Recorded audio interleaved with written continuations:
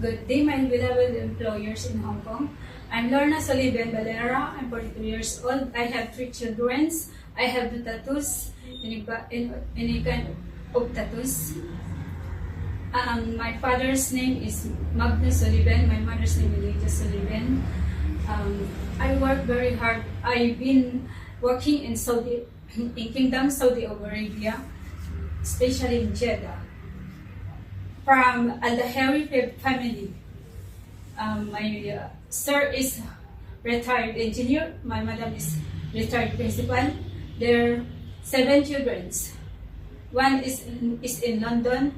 The other one is engineer. The third one is policeman. The other one is doctor, and the other one is grade 10. Sir, madam, I want to work in Hong Kong because I want to provide my study needed of my children, because of my older one is already college. Please hire me, madam, because I work very hard. I do my very best in working.